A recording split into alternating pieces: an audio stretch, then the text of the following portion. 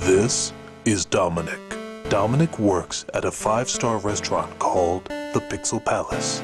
There, some of video games' most popular characters come in to have a drink. Sometimes they share stories and even secrets, for as we all know, what the bartender hears is confidential, isn't it?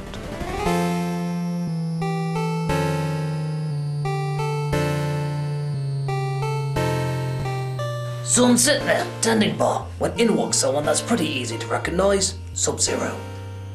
He didn't seem to have the happiest face, or at least I could tell by his eyes, that's all I could see. So I'll make him a margarita, an icy one of course, and I look at him and I say, "Oi, Sub, what seems to be the problem?" And he says, "Oh, just not doing very good at my job." And I said, "What? Don't you enjoy being a world-class fighter? Don't you enjoy the fact that you can shoot freezing beams out of your hands and freeze people and knock their blocks off?"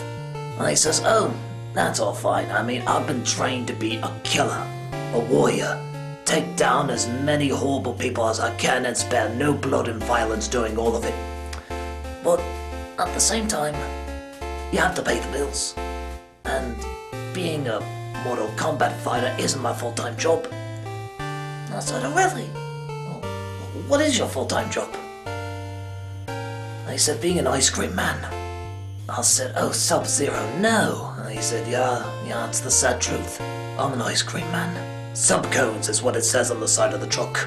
And I said, "Well, that's odd. How did you get a job doing that?" And he says, "Well, obviously, I'll keep the treats cold. I mean, that's a no-brainer. But at the same time, I guess I got the job in the, late 80s, early 90s. And I said, "Why's that?" He said, "Because the people who looked at me and hired me for the job thought I was a mascot. They thought I was representing a team called the New England Turtles, and I was the Shredder. It doesn't even make sense. He was the villain, so I'm the villain mascot of a team we're supposed to be rooting for. Wouldn't that be sort of an anti-mascot?" So they thought the whole Blue Ninja thing looked pretty child-friendly, and I said, "They thought you looked child-friendly." And he said, "Remember, I'm not Scorpion. There's not a skull under my face while I take my mask off, though Lord knows they'll either scare away a lot of kids or bring more kids to him, I'm not sure. On top of that, he wouldn't be able to keep the treats cold. I mean, he just licks the thing and poof, it will melt."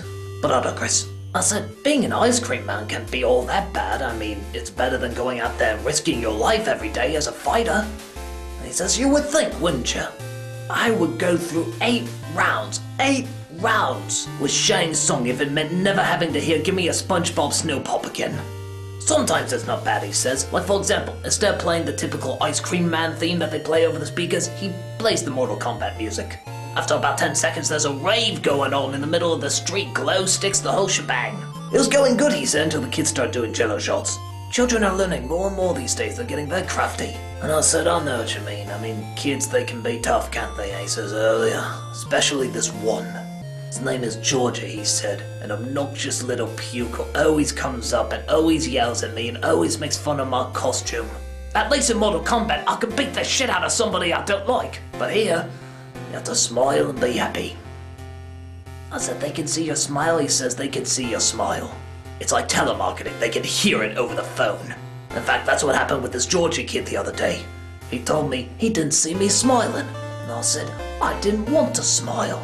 And he said, "Why? Are you sad that your mommy hates you because she raised an ice cream truck driver and not something cool like a fighter?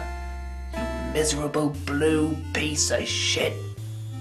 I said, "He said that." Well, actually he said poo-poo, but that means the same thing. And I personally knew for a fact that Sub-Zero was very sensitive about his mom. She was a snowman, you see, and apparently made love to one of the ninjas from Ninja Gaiden. He apparently lost her very early because she apparently vanished in summer, and he doesn't know the details. And I said, "Oh, Sub, what did you do to this kid that was insulting your mother?" He says he froze him and then decapitated him. "What, biting the head off an animal cracker," he said. "Oh, well, good God, man, that's murder, isn't it?" He says, "No, if you don't get caught. Georgie always wanted to eat up all the kids' attention. Well, guess what? Now all the kids are eating up him." I said, "Good God," and he said, "That's not what Georgie thought. The kids had no idea they're actually digesting the bully that used to pick on them every day. And I figured it was my way to give back to society." I said, "Sub-Zero, that's the most disturbing thing I ever heard.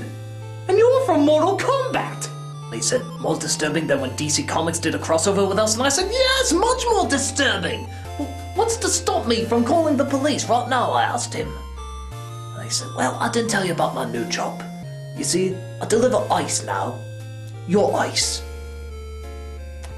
Just then I looked down at the icy margarita I made him and noticed an eyeball. He said, if you want to keep the people in charge of health code violations' eye out of here, I'll do my best to keep other people's eyes out of here too. I hate to say it, but I shook his hand and agreed. I guess you can take the sick bastard out of the tournament, but you can't take the tournament out of the sick bastard. You see a lot of strange things as a bartender. You see a lot of strange things at the Pixel Palace. So, I see a lot of strange things as a bartender at the Pixel Palace. And that ain't no lie. Swear to it. Incidentally, if you ever tell anyone about that health code violation, I'll be dead in the water. So, when do we start recording? Oh.